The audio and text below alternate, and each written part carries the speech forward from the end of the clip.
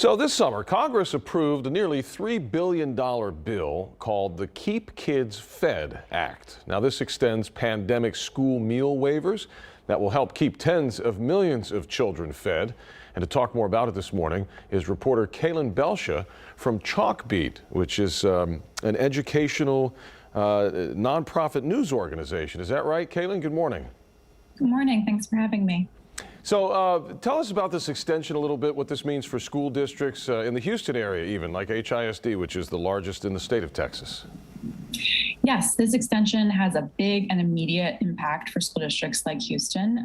One of the biggest things is that families can now do grab and go meals again. That was going to expire on June 30th if these waivers were not extended. So that means that families can drive up their cars and they can take away the meals. It would have been that their children had to eat the meals on site and that they could have only eaten one meal at a time.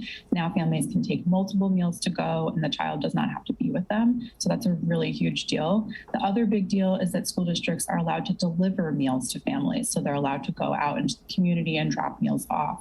In Houston ISD, the head of nutrition services, Betty Wiggins, told me that one of the biggest things that means for their district is that they can go out to about 24 apartment buildings that they had been servicing last year, and it was very successful. She was very worried that they weren't going to be able to do that this summer, and now they will be able to take their trucks out and deliver meals again.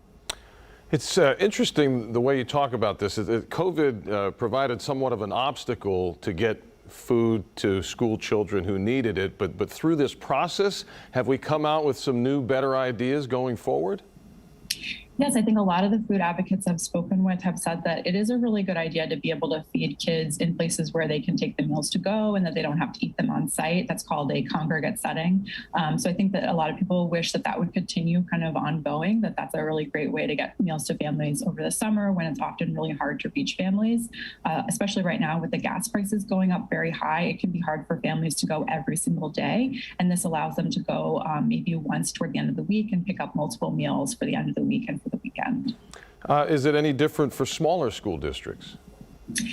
Yeah, so this particular waiver, since it kind of requires school districts to change up their plans very quickly, they didn't get very much notice. And so some smaller school districts that don't have the same buying power and may not have as much staff, they probably already planned their summer meal programs and they won't be able to expand them dramatically. It would be hard for them to add new sites and it would be hard for them to add new staff and buy new food.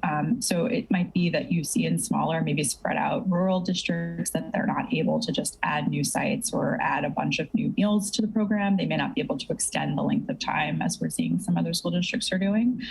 So still good for them, but it's maybe a little bit harder to make those logistical changes very quickly. Okay, so the changes may be delayed. I didn't realize these funds also decide what kinds of foods are available to students. Can you explain a little bit about that? Yes, so these particular waivers, what they had been doing during the pandemic was dramatically increase the reimbursement rate that schools were getting back for meals. And so over the summer, it will stay the same amount that it had been during the pandemic, which was higher.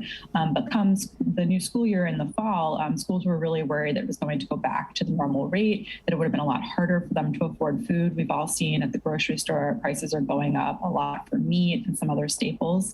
So this new pandemic legislation allows school districts to get back 40 cents more per lunch and 10 cents more per breakfast.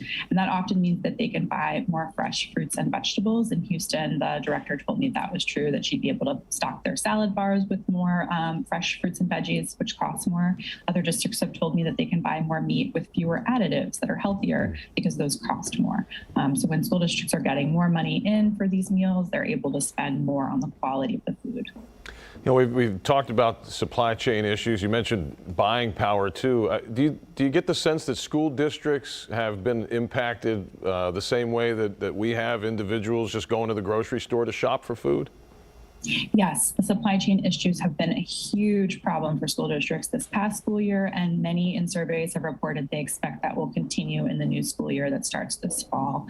Some of the biggest things they've seen is that sometimes their deliveries won't arrive. Maybe there's a driver that's out and they can't find a driver. Sometimes those deliveries arrive half full. They don't have all the supplies that they've requested. When they're ordering supplies online, they're often finding that they can't get the meals that they want, or that the meals they do want are incredibly expensive. Paper products and plastic products have also been more expensive. So the supply chain issues are kind of hitting schools up and down the line.